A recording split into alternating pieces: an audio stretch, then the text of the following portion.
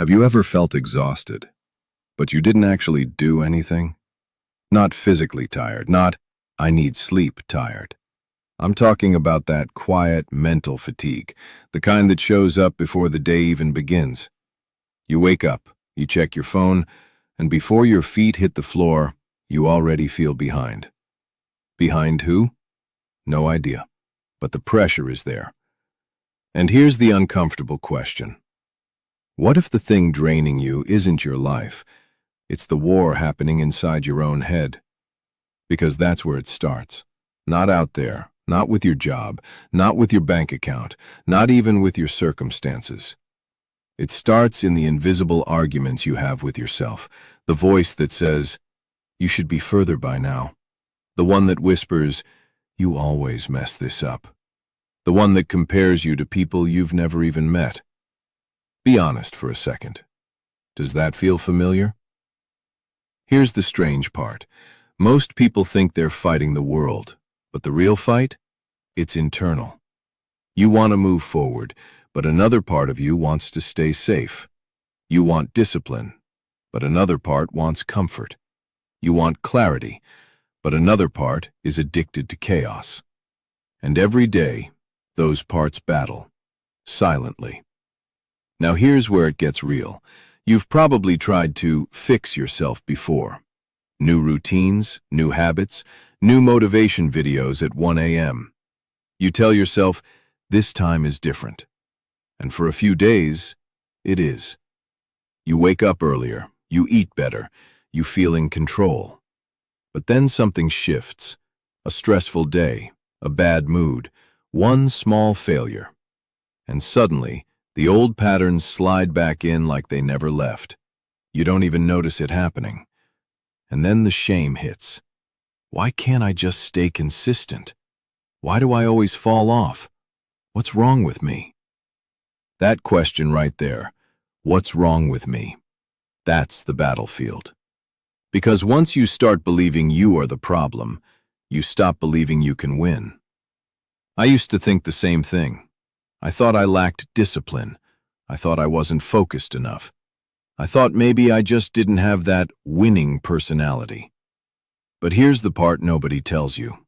You're not weak. You're divided. There's a version of you that wants growth, and there's a version that wants protection. And protection always feels more urgent than growth. Let that sink in. Your brain is wired to avoid pain before it chases progress. So when you try to change, it doesn't feel exciting. It feels dangerous. Because change threatens your identity, and identity is powerful. You don't rise to the level of your goals.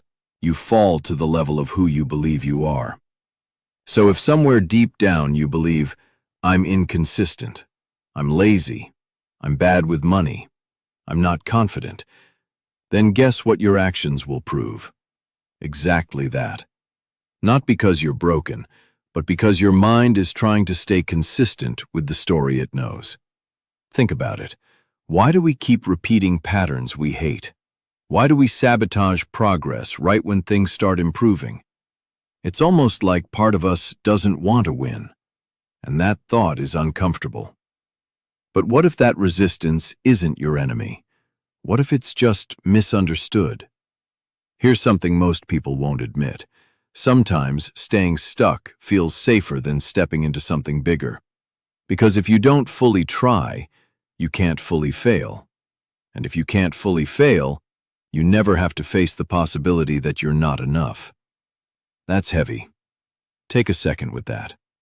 Are you protecting yourself, or are you holding yourself back? There's a difference, and that difference is the war. The war inside you isn't loud. It's subtle. It sounds like rationalizations. I'll start Monday. I just need to feel more motivated. Now's not the right time. But beneath all of that is fear. Fear of judgment. Fear of failure. Fear of outgrowing the version of you that people expect. And here's the twist. The longer you avoid the fight, the stronger the inner opponent becomes. Because avoidance feeds it. Every time you ignore the discomfort, You teach your brain that discomfort is dangerous. But here's where things begin to shift. What if discomfort isn't a threat? What if it's a signal? A signal that you're stepping beyond the limits of your old identity. And that's when the realization hits. You don't need to fight the world. You need to learn how to win against the part of you that wants to stay small. And the moment you see that clearly, everything changes. But not all at once, because the next stage is resistance. And it's stronger than you think. Resistance doesn't show up looking like fear. It shows up looking like logic. That goal is unrealistic. You should wait until you're more prepared. Other people are naturally better at this. It sounds reasonable, responsible even. But this is where it gets dangerous, because the voice that keeps you safe is the same voice that keeps you small. And the worst part? It sounds exactly like you. So you trust it. You listen. You shrink your plans just a little.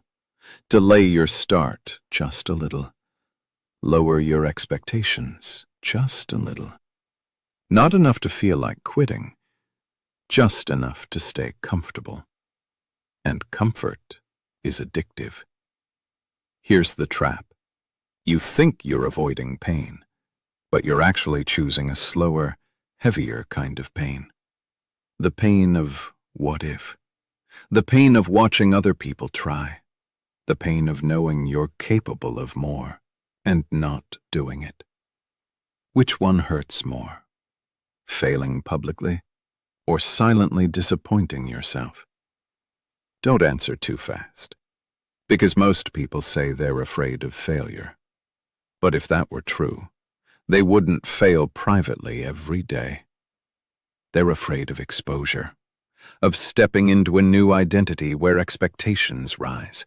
Because once you start acting like someone who wins, you have to keep showing up like that person. And that's pressure. Now here's the part nobody prepares you for. The war inside you intensifies the moment you decide to level up. You start eating better. Your mind says, you deserve a break. You start working out. Your mind says, one day won't matter. You start focusing.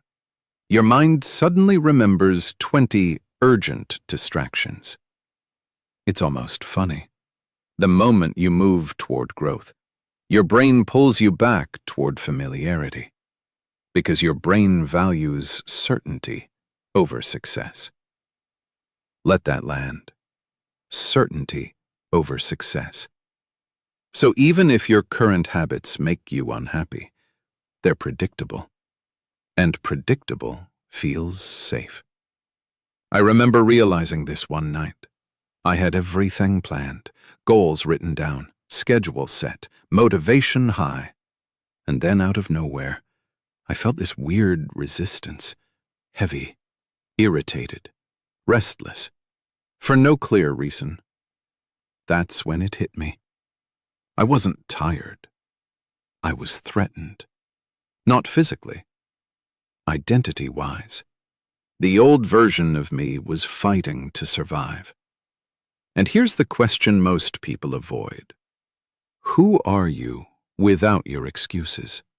Who are you without the story of being busy, overwhelmed, or still figuring it out? That question is uncomfortable, because those stories protect you. They explain your lack of progress. They soften the edges of disappointment.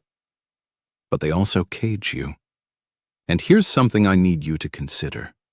What if you're not stuck because life is hard, but because letting go of your old identity is harder? Think about it for a second. If tomorrow you woke up fully disciplined, fully focused, fully confident, would your relationships shift? Would expectations change? Would you have to say no more often? Growth isn't just about adding habits. It's about shedding versions of yourself that no longer fit. And shedding feels like loss, even when it's good for you. That's why this next part changes everything. Winning the war inside you doesn't start with motivation. It starts with awareness. You have to catch the voice, not silence it, not fight it aggressively. Just notice it. The moment you think, I can't do this, pause. Ask, says who? The moment you think, I'll never change, pause. Ask, based on what evidence? Your mind throws thoughts at you all day. But here's the truth. Not every thought deserves belief, and not every emotion deserves obedience. That realization alone is power. Because if you can observe the voice, you are not the voice. Read that again in your head. If you can hear it, it's not you. It's a pattern, a habit of thinking built over years, and habits can be rewritten. But here's the twist. Awareness makes the war louder at first. You'll start noticing how often you doubt yourself, how quickly you rationalize quitting, how easily you talk yourself out of discomfort. And you might think, wow, I'm worse than I thought. No, you're just finally paying attention. And attention is the first weapon. Most people never reach this stage. They stay unconscious. They blame circumstances. They blame other people. They blame time. But you're here, listening, reflecting. That matters more than you think. So let me ask you something quietly. Right now, are you the version of yourself that reacts, or the one that observes? Don't overthink it. Just notice. Because the moment you start observing, you step out of the battlefield.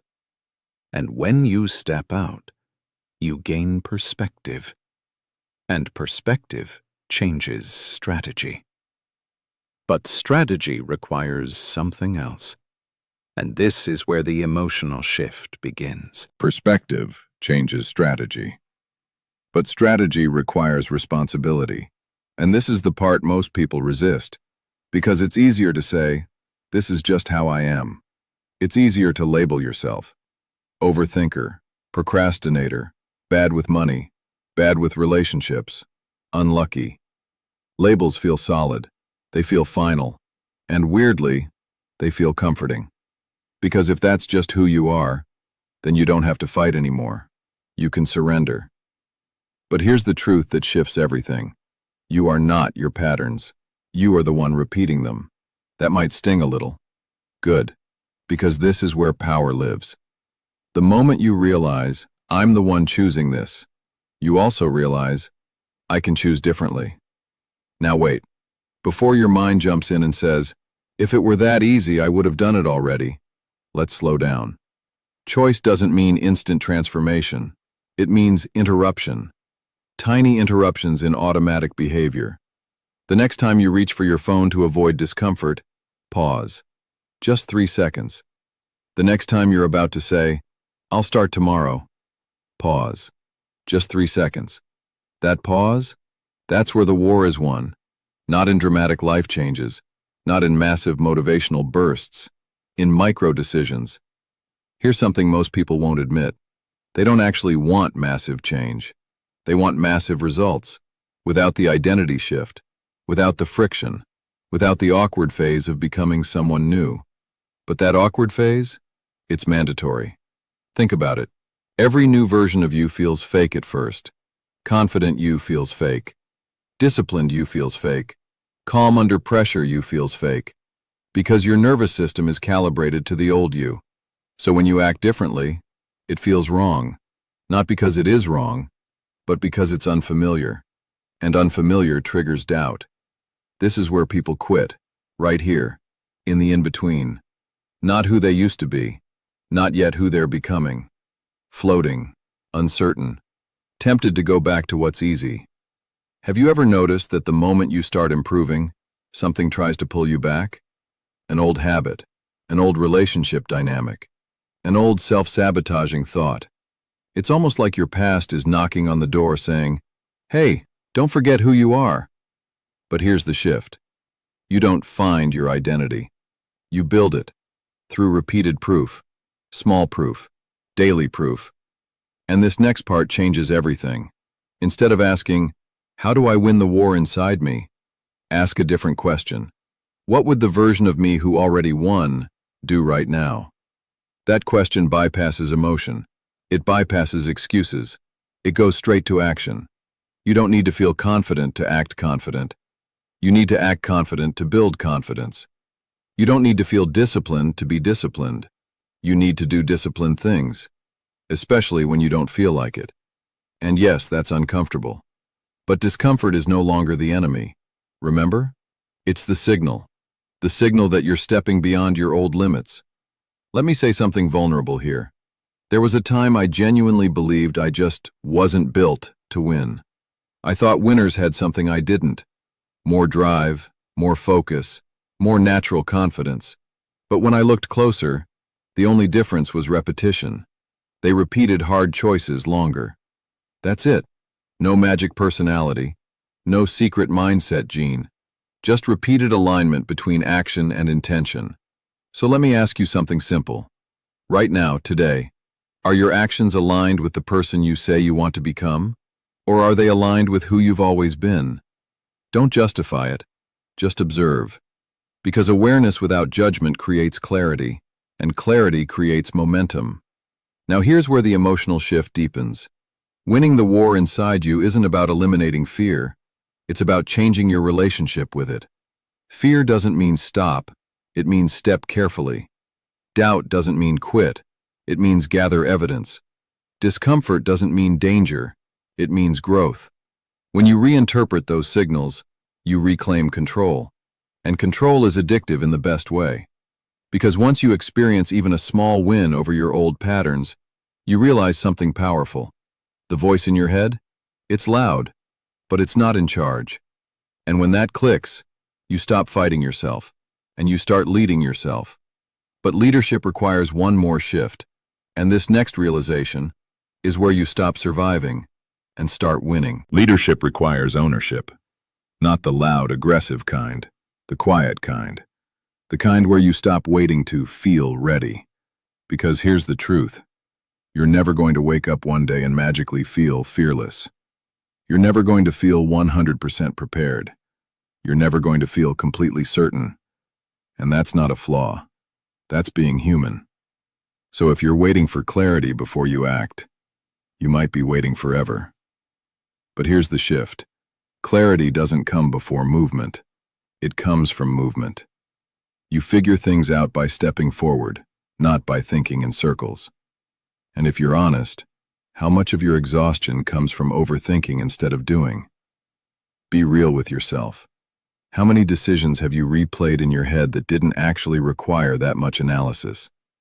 Overthinking feels productive. It feels like progress. But most of the time, it's just fear wearing glasses. And once you see that, you can't unsee it. This is where the war inside you starts to quiet down.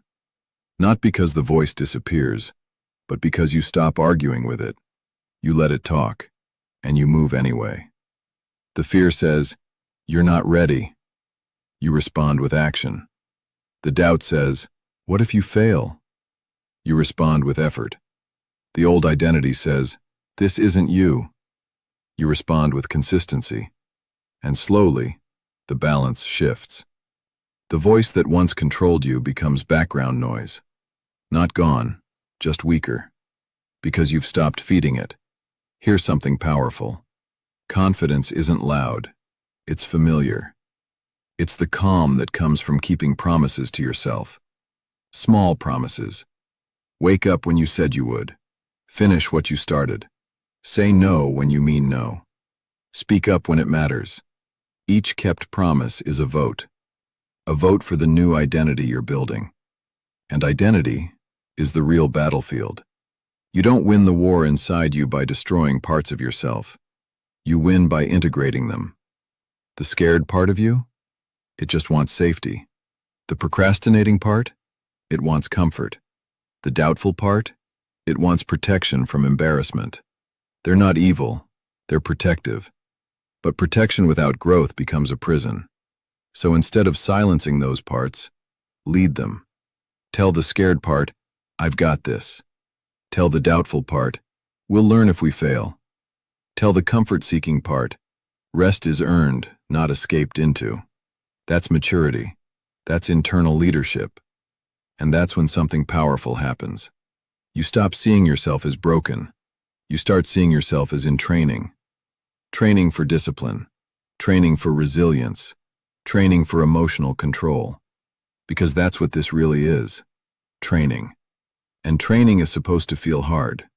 Let me ask you something quietly. If you treated your life like training instead of a performance, would you be less afraid to try? Because performers fear mistakes, but trainees expect them. That shift alone removes so much pressure. You don't have to be perfect. You just have to be consistent. And consistency isn't dramatic. It's boring. It's choosing the harder right over the easier wrong, over and over, until the harder right becomes normal. And one day, you'll notice something strange. The things that used to feel impossible feel automatic. The discipline you once forced feels natural. The confidence you once faked feels real. And you'll look back at the version of you who felt stuck, overwhelmed, mentally exhausted, and you won't feel shame. You'll feel gratitude, because that version chose to fight, not the world, not other people, but the internal patterns holding them back. And that's the real victory. Winning the war inside you doesn't mean you never struggle again. It means you know who's in charge when you do. It means you recognize the voice of doubt, but you don't hand it the steering wheel. It means you feel fear and still move. That's power. Not loud power, quiet power. The kind nobody sees, but everyone feels when they're around you. So here's the final question. If you knew the war inside you was winnable, would you fight differently starting tomorrow? Don't answer out loud. Just sit with it. Because life is too short to stay divided, too short to keep shrinking, too short to keep replaying the same internal battles. You don't need a new personality. You don't need perfect motivation. You need alignment between who you say you want to be and what you do next. That's it. And if something in this felt uncomfortably accurate, if parts of this felt like they were describing you a little too well, don't ignore that. That awareness is the beginning. If this hit home, don't just scroll. Stay with this kind of thinking. Subscribe, and start choosing a lighter way to live.